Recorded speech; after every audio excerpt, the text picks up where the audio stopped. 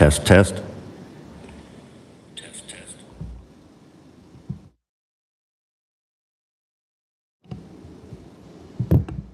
Test, test.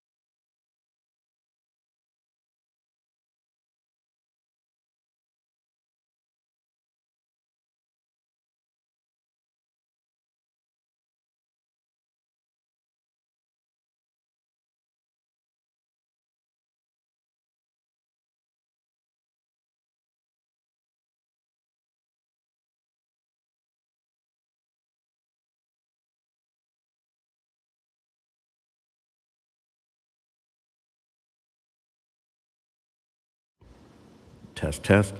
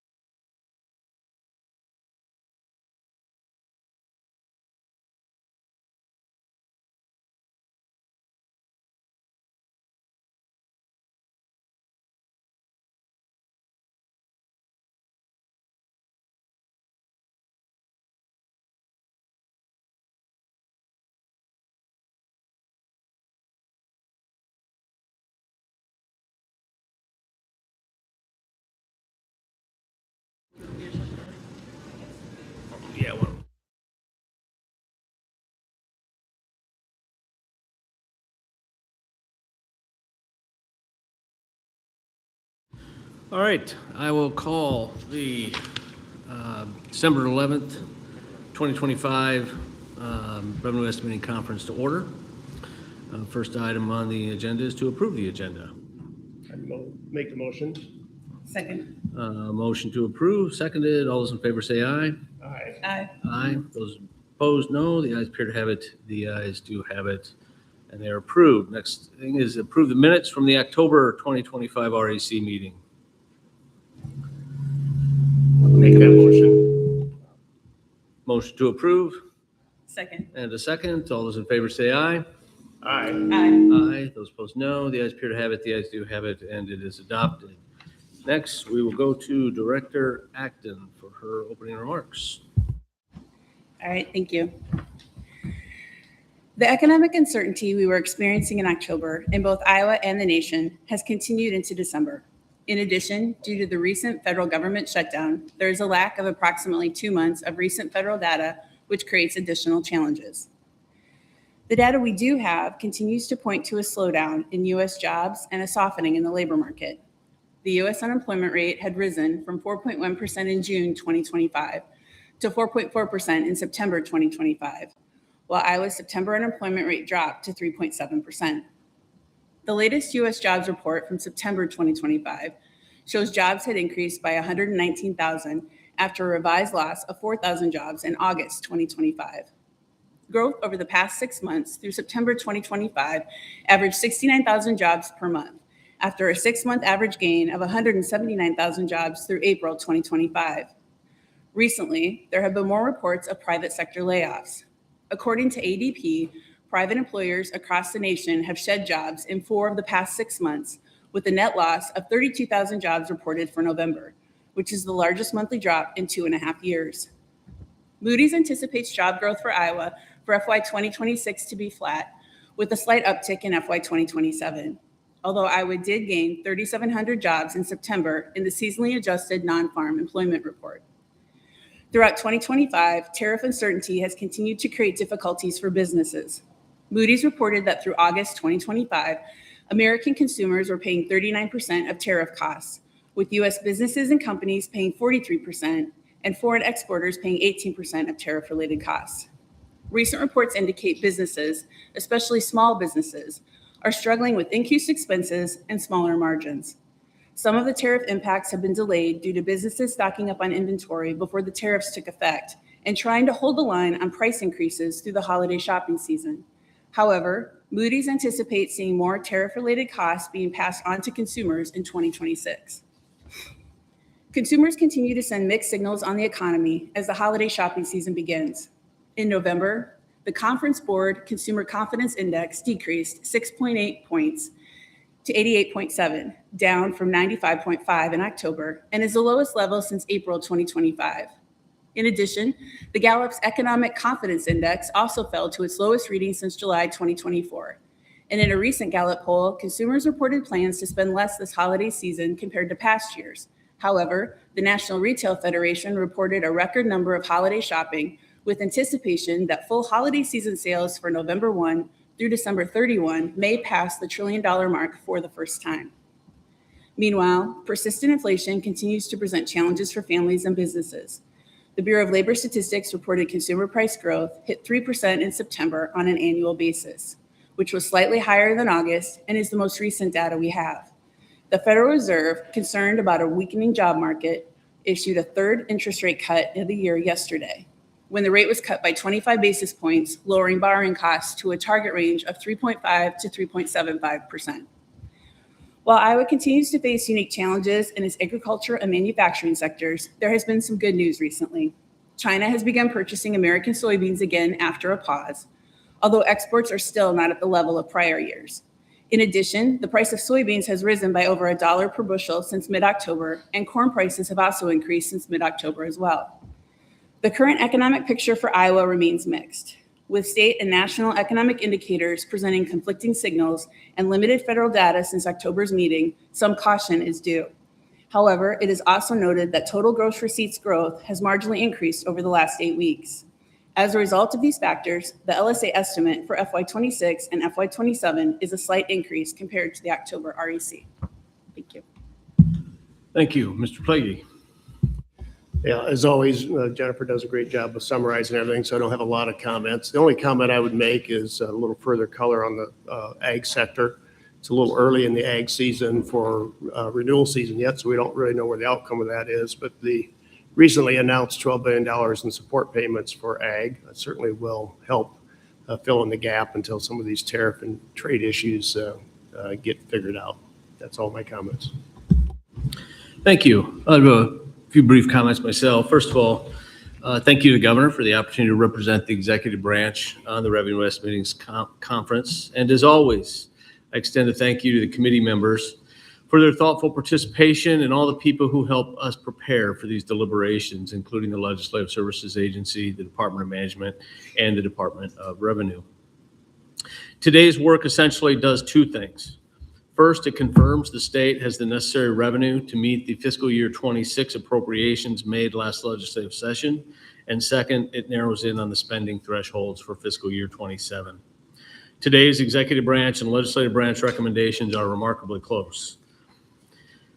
There continues to be uncertainty at the national level, which makes our task today somewhat more difficult. The federal government shutdown did cause a delay in publishing of some economic data, and the international trade policy continues to be unsettled. That said, the announcement of the $12 billion in relief payments to farmers will substantially help the agriculture sector and in turn Iowa's economy, in particular in fiscal year 27. Relative to the October estimates, the executive branch estimates for both FY26 and FY27 have modest increases in revenue. This is being driven primarily from increased estimates for sales and use tax collections. To date, sales and use taxes have outperformed the October REC projected increase of 2.8%, with net receipts above 5%. Lastly, I'd mention the state continues to be in an excellent financial position. State has roughly $5.9 billion in cash on hand. FY25 closed with an ending balance of $1.9 billion. The reserve funds are full, and the taxpayer relief fund has a balance of just over $4 billion. With these projections, the FY26 enacted budget continues to meet all the statutory requirements and leaves money in the ending balance as well as the reserve funds being fully funded. And with that, we'll move to our business. So the first item will be to review the fiscal year 26 general fund estimates, accruals, refunds, school infrastructure transfer, and lottery and other transfers. Mr. Plagy. Yeah, so again, I would add my thanks to everybody that works putting all this information together. It's a lot of work, a lot of spreadsheets. I was also pleased to see how close the numbers were between the LSA and the Department of Management as well this time.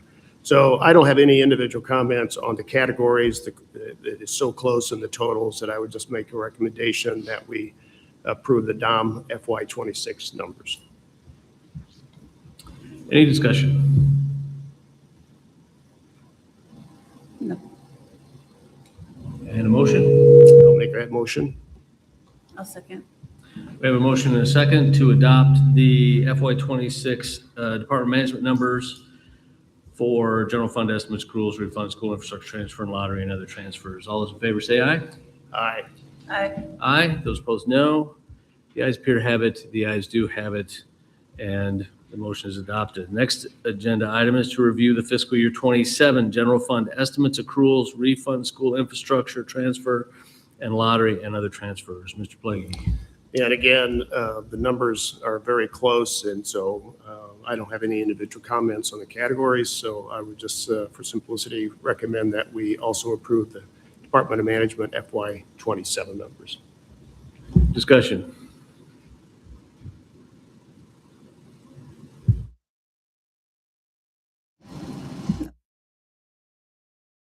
Okay, seeing no discussion, motion. I'll make that motion. I'll second. We have a motion, we have a second to approve the Department of Management fiscal year 27 general fund estimates, accruals, refunds, school infrastructure transfers, and lottery and other transfers. All those in favor say aye. Aye. Aye. Aye. Those opposed, no. The ayes appear to have it. The ayes do have it, and so that motion is adopted. Next on the agenda is fiscal years 26 and 27, gambling revenues transferred to other funds and the interest earned on reserve funds. Mr. Plagy. I make that motion. We approve those as they stated. We have a motion, Second. motion and a second. Seeing no discussion, all those in favor say aye. Aye. Aye. Aye. Those opposed, no. The ayes appear to have it, the ayes do have it, and that is also adopted. Is there any other business to come before the conference? Seeing none, we are approved, we are adjourned. Thank you.